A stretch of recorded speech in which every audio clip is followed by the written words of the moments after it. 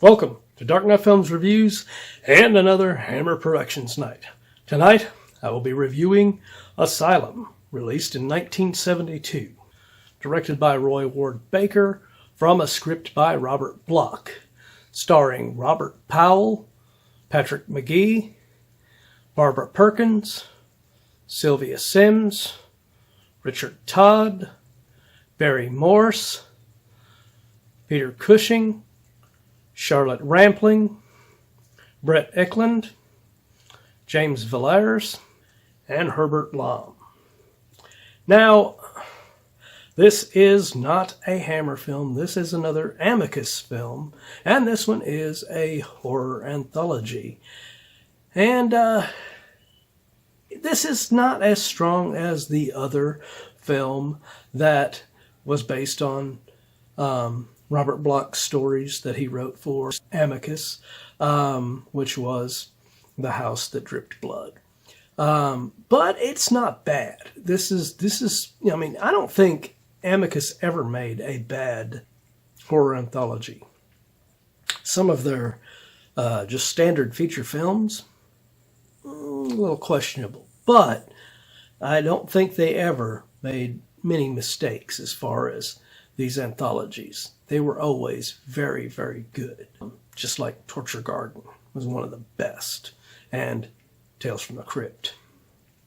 So this one, it opens with a story that is kind of the framing story or wraparound, and it follows Robert Powell as Dr. Martin, and he arrives at this asylum of the title and meets with Patrick Magee's character of Lionel Rutherford. And in this framing story, it's loosely based on Bloch's short story, A Home Away from Home, which was first adapted for an episode of The Alfred Hitchcock Hour, ironically. But the wraparound story is okay. It's fine. It's not as good as some of these others, like the wraparound story for Torture Garden was excellent. And I don't think that one was ever surpassed by any of these other anthologies. But it's okay. It's serviceable. Basically, you get Robert Powell's character of Dr. Martin meeting with these different patients, and then that leads into the stories that we get into. And the first of them is a story called Frozen Fear, which stars Barbara Perkins as Bonnie, Sylvia Syms as Ruth, and Richard Todd as Walter.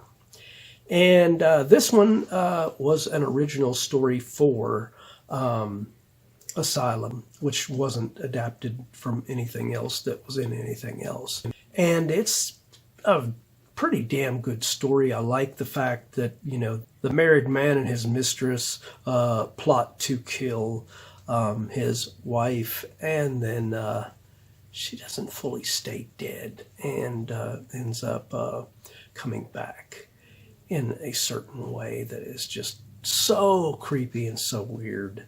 But it works within the context of this story. Performances in this one are probably the weakest of the whole anthology, but the story makes up for that. Very, very well written by Robert Bloch and very well directed by Roy Ward Baker. Our next story is The Weird Tailor, which features Barry Morse and Peter Cushing. And with Peter Cushing, it's most likely the best segment in this, and that's pretty much true. And Barry Morse being in it is just awesome as well. His performance as Bruno, this tailor character that Cushing comes to make this suit, is just excellent in his performance. I've always liked Barry Morse since I saw him in The Fugitive as Gerard. And that is the original series and not the Harrison Ford film. But yeah, he was great as the original Gerard in that series. And he is excellent in this. This is, like I said, this is probably my favorite of the segments in here. Much like my mention about the framing story, The Weird Tailor was also adapted earlier, before Asylum, this time for the TV series Thriller, which most of you may know was hosted by Boris Karloff. So, yeah, two of the stories were in classic TV shows back in the day, prior to them even being in this Amicus film. Our next story is called Lucy Comes to Stay, and it features Charlotte Rampling as a character named Barbara and Britt Ekland as the character of Lucy. And it also has James Villiers as Barbara's brother, George. And this one is a little weird, but is well acted throughout it. You wouldn't expect anything less from Charlotte Rampling and Britt Ekland and James Villiers. They are just excellent British actors, and they do an excellent job in this story, even though I think this is probably the weakest of the stories in this one.